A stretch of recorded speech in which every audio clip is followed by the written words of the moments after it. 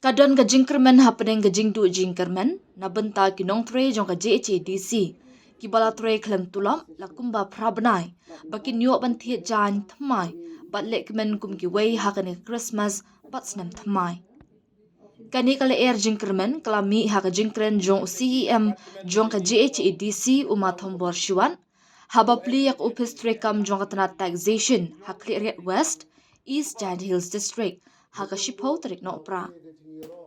Haka jingkren jong uma thombor shiwat ulayathu ba chief minister ula kular ban plait no yakabha jong ka JHADC na ka jinglum khajana jong marpo khndo shwa ka Christmas ula ong shu bahadin balayo yakate ka bha ka council kumno kan sayo lat ban siu tulop kumbasan ni hinriu banai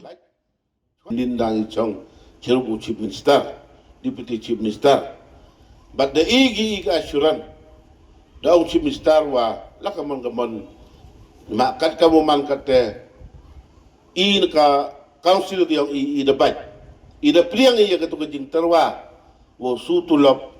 lele i da ka government remut wa kate jing sutulop ka government uchim ga ya gabor lele urusan it ka ya giwan di polisi matar lele kabor yang ka council mta kamte Henry uchim gi wa uigi ka poisa kan wa kan ka share ka collection go de le state government haji ya to wa ke major mineral ba ke minor mineral kini wara to ka mangkat te collect state government na lor kini Henry iwadap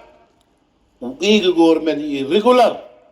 klem puya khin ya kate kasap katap Henry ledap sama lamdap le yo man regular man law benai usu tulop ke government i ti wadap daman ko ke jong i ium dap daman ko haga te gadur gran in i leni kam ka jingirap ke government ne benta ka council but the elo chief minister nin ka assurance on within this financial year clear but mustep mengawi release pi kam san rubenayo like pi sin like chwa Christmas au kanito emi ke jingkermen tengah kerajaan hamidu jingkermen Nima ila kama onite